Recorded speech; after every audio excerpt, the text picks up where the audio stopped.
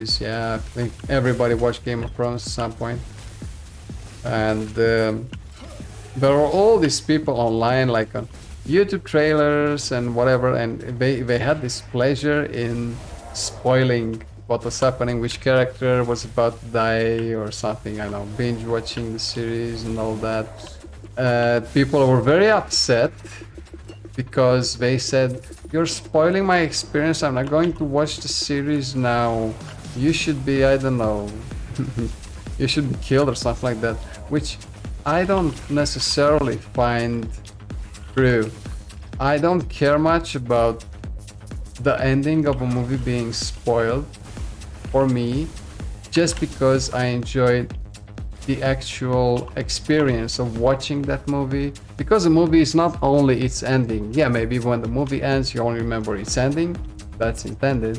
But I still enjoyed watching Game of Thrones, even if I knew that I don't know, one of the characters was going to die at the end of the season, just because I was too curious and I read it on Reddit.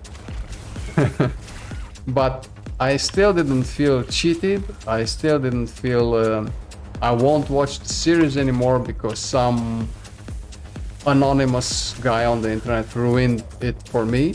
Because it's still a season of Game of Thrones was 10 hours of a visual experience with a lot of things going on. Maybe that's just me, but I don't care much for spoilers, so I won't get upset if you spoil something to me. Of course, I probably won't tell you when I'm going to a movie or what movie I'm going to watch tonight. But still, I think there are more important things in life than just get upset on strangers on the internet because they ruined the Game of Thrones for you. How I felt about the final season of Game of Thrones is this is how I felt. I felt that it was rushed. I've read that they didn't have enough budget left. I felt that it had to be broken into 2 seasons, because in the last season there are really two main story arcs, and the last season was many years ago, so I'm going to talk about it openly because everybody who wanted to watch it watched it already. People were mostly upset about the death of Daenerys, yeah, right. And the mistake of the series creators was that, of course, it was a budget thing. They needed to do what they could do in 10 episodes. And what they needed still to do was, I don't know what she was called anymore, Arya. Arya defending the Night King and defeating the White Walkers. That should have been the ending of that season. And the next season should have been the entire story arc of Daenerys, because what the series doesn't really explain, you have to kind of guess it, is that she goes mad just as her grandfather, the Mad King. She becomes murderous from her, vengeance and all that stuff, and she wants to just kill everybody, and you can only surmise that from the scene when she sets her last dragon, that black dragon, on King's Landing, I think it was called, yeah, the city, and just kills everyone there. And that wasn't enough to justify Daenerys being killed afterwards, because the viewer wasn't really informed about it, yeah. They should have spent the time, invested the time, maybe not 10 episodes, but still 8 episodes, something like that, in the final season, to make us understand why Daenerys wasn't the Daenerys we knew anymore, but she was turning gradually, ever so slowly, into the Mad King and descending into the Maw of Madness herself, and that's why she had to be removed.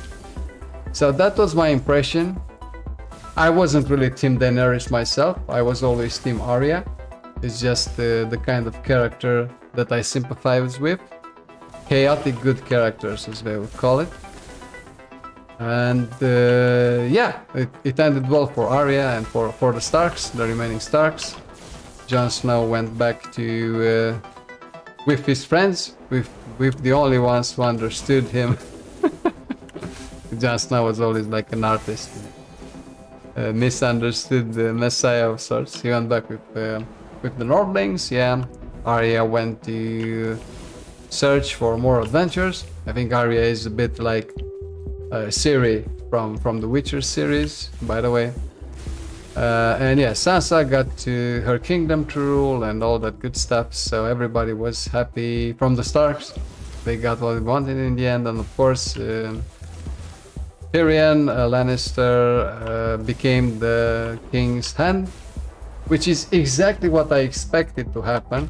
What I actually expected to happen was, of course, Jon Snow to become the king on the throne. Even after he killed Daenerys, I was actually still expecting him to be the king on the throne, Jon Snow.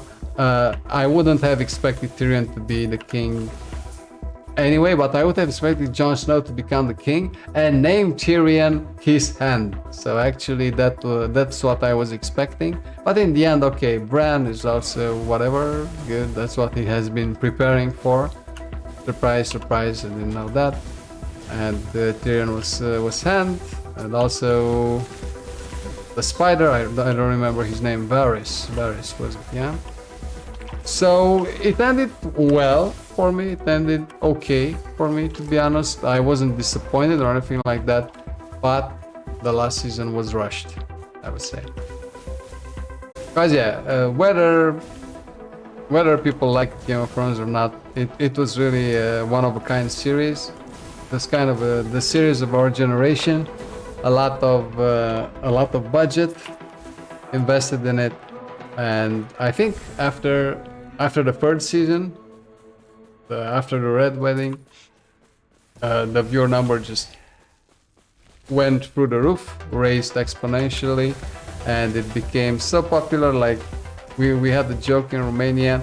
In Romania in the early 90s, when communism fell and we had access to Western media in the end, there was this TV series called Dallas.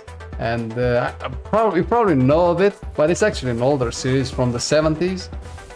And Dallas was the story of some rich guys in, well, Dallas, Texas, yeah, right?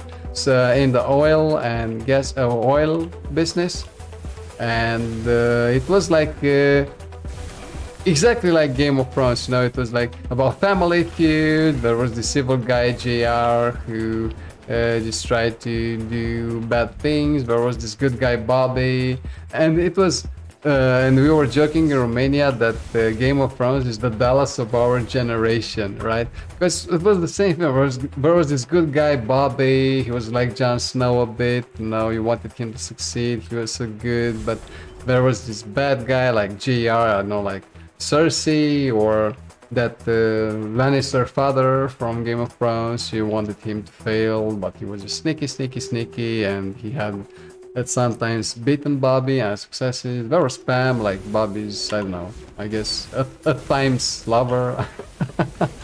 And yeah, I was just a kid when it happened, but I know it was on TV and everybody in Romania, because it was, you know, Western media, American movies. Like after 42 years of communism, come on, it's something to behold, and people finally felt free. They can watch Dallas on TV.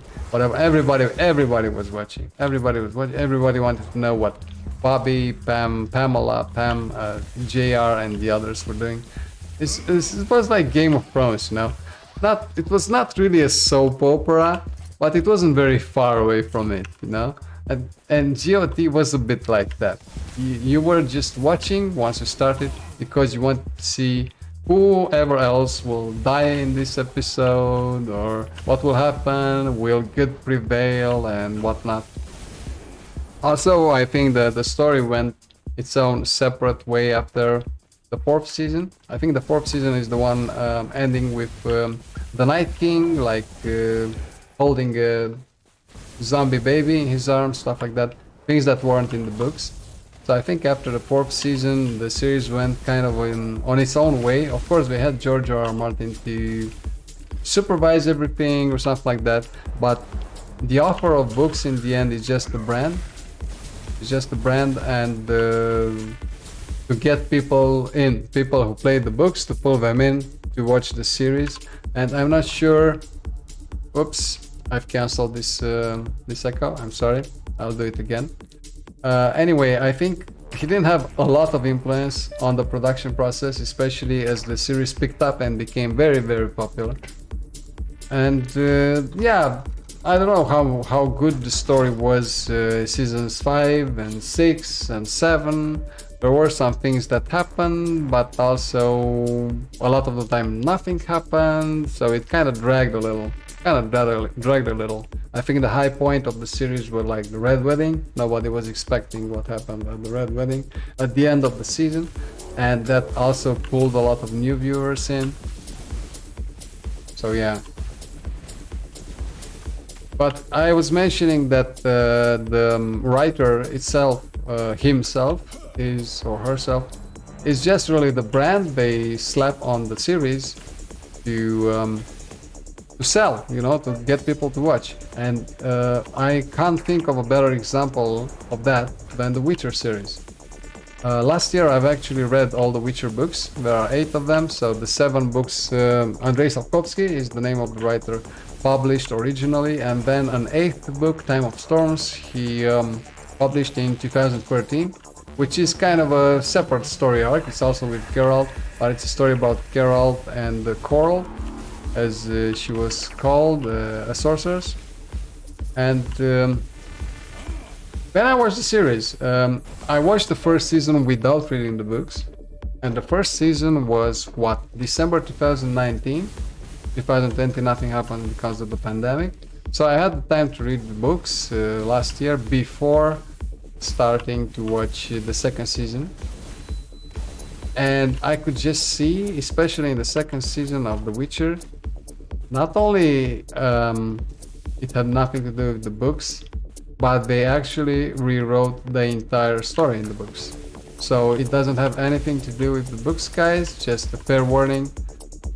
They wrote completely different story arcs, completely different things happening, completely different characters even. And I can tell you that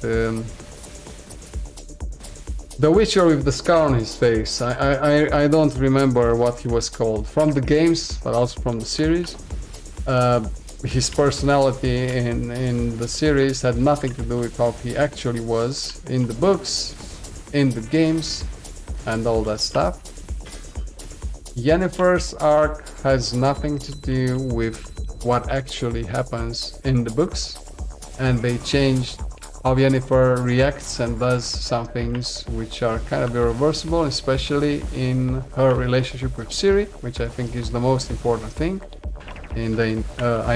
For the character Yennefer is the most important thing to define her as a character, to watch her, how she interacts and behaves with Ciri. So yeah, just watch it at your own risk. If you watch it, my wife enjoyed it because she didn't read the books, and it's enjoyable to just watch. But even the main antagonist of the season, that demon or whatever, nothing to do with what's happening. And I can tell you something else, because I guess you watched it at this point. Well, let's say that the Emperor Lemire, the Emperor of Nilfgaard, Emir, says something at the end of the season pertaining to his relationship with Ciri. We find that in the books much later on. We maybe assume it. Geralt is also researching it in the books. We assume it that Ciri is the source, that she has the Elder Blood, so the blood coming from the last, mage sorcerers or elven sorcerers or whatever. We assume that relationship, but we find out about it much later in the game, and I can tell you something, Emir Van Rice, yeah, Emir, so the Emperor of Nilfgaard, was very secretive about it. He was very secretive about it. He wouldn't tell anyone, because if anyone knew about it, just imagine what would have happened. Everybody would want to get Siri, or everybody would get to him, and all that stuff. Everybody would kind of understand, or yeah, what he wanted to do. He was a very sneaky guy, very smart guy, actually. Not necessarily in a good way, but still, there are a lot of evil geniuses in the world, you know what I mean. So, but then at the end of the season 2, he just goes ahead in front of the throne room or whatever, and he says, "She is my..." Yeah, okay, I can say it. Yeah, he says, "She is my daughter." Everybody hears it. It's like a room full of people. "She is my daughter." Doesn't have anything to do with the actual plot, and I'm not that kind of stickler to, oh no, it's not canon, it has nothing to do with the... I don't care really. The games had nothing to do with the books, to be honest, but they were good. They respected the story, or what happened in the books before the games, at least, yeah. And so it's not the same experience as by watching Game of Thrones after reading Song of Ice and Fire books, the ones that got released before. I had a colleague at work. He actually read the books already while he was waiting for the series, the first season, to come out. So he's a big fan. He was kind of into history and all that stuff, fantasy, and reading the Game of Thrones books before watching the series can be beneficial. But reading the Witcher books before watching the Witcher series can only confuse you. Because I was watching the series and I was like, hold on a minute, am I losing my mind here? Because did this even happen in the books? Is my memory failing me? Am I getting too old? Do I need to take medicine? Because this has nothing to do with what I read in the books like half a year ago. And I was actually questioning my sanity at every point of watching the second season. My wife was enjoying watching the series, was having a lot of fun, and I couldn't even focus on what was happening on the screen anymore because I was always asking questions in my head. Hold on a minute. Don't I know how to read? Am I like going crazy here? Because this says nothing but nothing. It's that bad. It's that bad. And I actually found a Reddit post after the season 2 came out, and there was this guy who wrote like a gazillion of pages just listing everything that is different, but totally fundamentally different from the book in the second season of The Witcher. It was such a big list. I actually saved that post